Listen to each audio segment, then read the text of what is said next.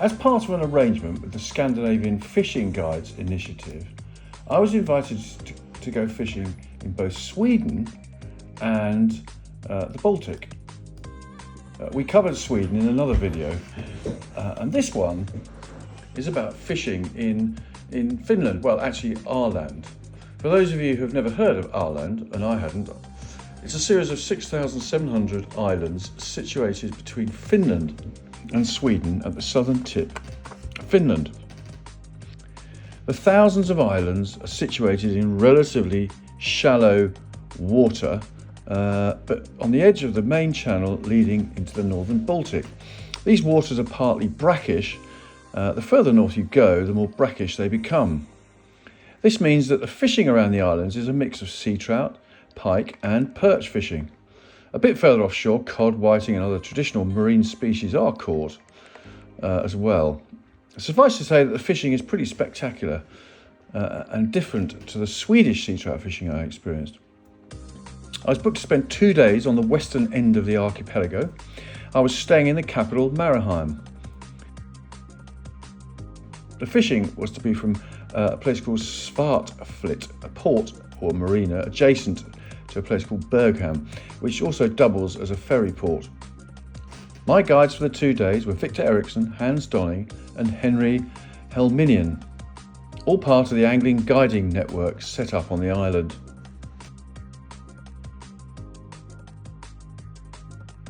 Every year, 200,000 smolt are stocked in the island's waters, and this is done to keep what are threatened wild populations healthy. The fishing is catch and release, but anglers are allowed to keep 1 fish a day. As everyone knows, sea trout is one of the best fish to eat. The season runs from May to November, so I was there at the tail end of it, but I was told the bigger fish tend to come inshore and feed later in the season. The waters have as many pike and trout as anything else, and there are very different areas where the 2 species lurk. However, they do inhabit similar marks, so the chances of catching both were high. The islands are quite spectacular, bleak and beautiful. The fish come inshore to feed, and as with the Swedish experience, cruising quietly along the shoreline, casting into the margins is always the best way to fish. It's sight fishing at its best, spotting the right type of substrate where the trout will be lurking in ambush, and quite often seeing the fish and casting to them. When I was there, the weather wasn't great, blustery, cold and intermittently sunny. My first day out on the water was with Victor and Hans. Hans's boat was a Starveld with a 140 horsepower engine on the back. Victor is a successful local chef and Hans is a teacher by profession. And their guiding is a sideline, but they take it very seriously, and they're both experts in local angling. And here is Hans explaining a little bit about what we're doing, the area we're fishing in, and some of the tackle we were using. Explain what we're doing and a little bit about the area and what we're fishing for. So today we're hunting sea trout in the Aaland archipelago. We're pretty much covering the west coast today. And try to take cover for the wind. Yeah. And well, mainly we're targeting shallow areas, rocks. Yeah. And what was the bladderwrack? Yeah. So you identify patches of bladderwrack and fish across the top of them. Yeah. Right. Okay. And they hunt the small. And what are we fishing with? Show me the gear. Quite soft rods, full action.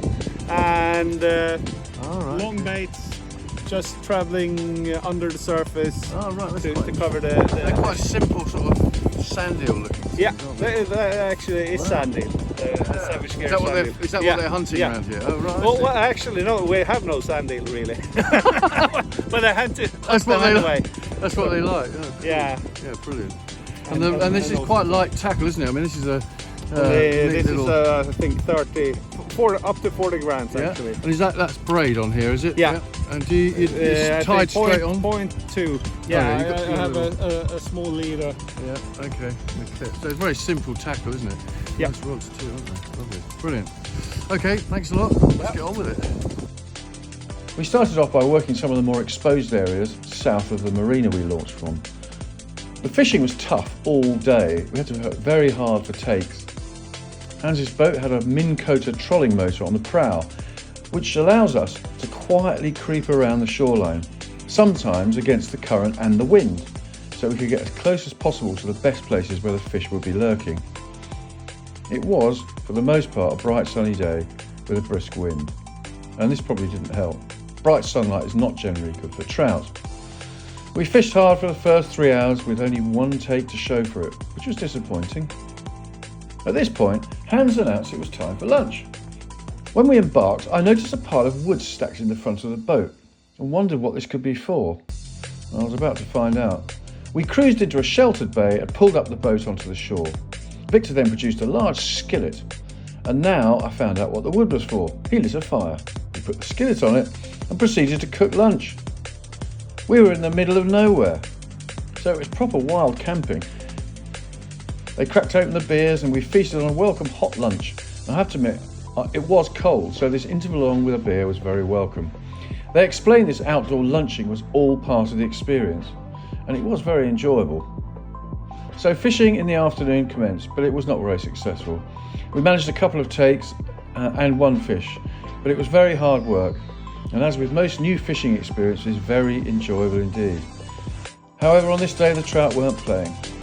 Typically, on the trip on the day before, they had a few fish. It's the old, you should have been here yesterday. A good day would have been at half a dozen fish, but we barely managed to trouble the scores, and home we went. Day 2 dawned and it was a very, very different weather.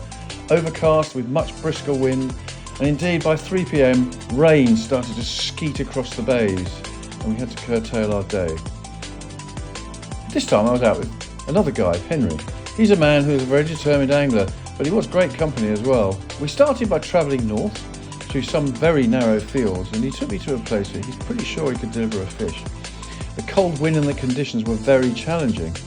We started off in a long bay with a sweep of rocky shoreline bordered by pines. The water was very clear, and it was easy to spot the little reefs which held fish. Casting accurately was interesting, but the balance of the light spinning rod and the reel made this less of a problem. So I cast across the top of a shallow reef, pointed out to me by Henry, and first up, bang!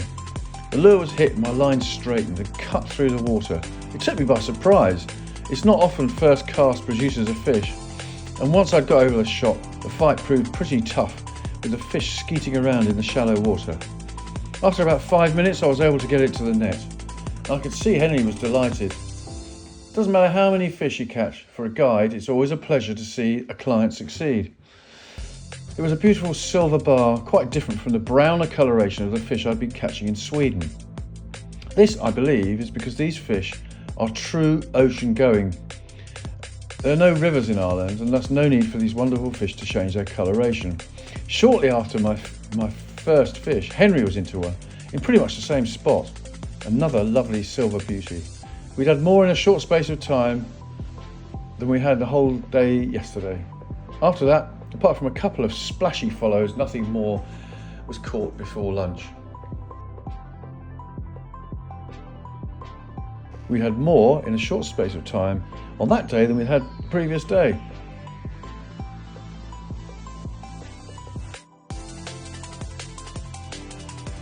For lunch, we again moored at a remote bothy, lit a fire on an old barbecue and had lunch cooked. By then I really needed a break. Casting constantly for 3 hours is hard work. We resumed fishing in the afternoon, but the weather closed in, and although we had more takes and some smaller specimens, we called it a day. By the time we got back to the marina, it was getting dark, and after hauling the boat onto its trailer, we set off home. We didn't catch a lot of fish, but the whole experience was worth making the trip for, and I can imagine in the summer months with long daylight hours and warm weather, this will be a really special angling destination. Can't wait to go back and have another go. My thanks goes to Victor, who hosted the trip and really helped make it so enjoyable. For more on fishing in Aaland and the team of guides, go to www.fishingguide.ax.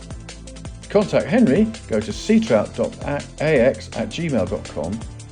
And to contact Hans, he can be seen on www.donningfishing.com or Hasse, Hasse, @donningfishing.com. To get to Aaland, you can fly to Stockholm and get an internal flight to the only airport on the island at Mariehamn, which takes about 25 minutes. There are 2 flights a day. There are also ferries from Western Sweden.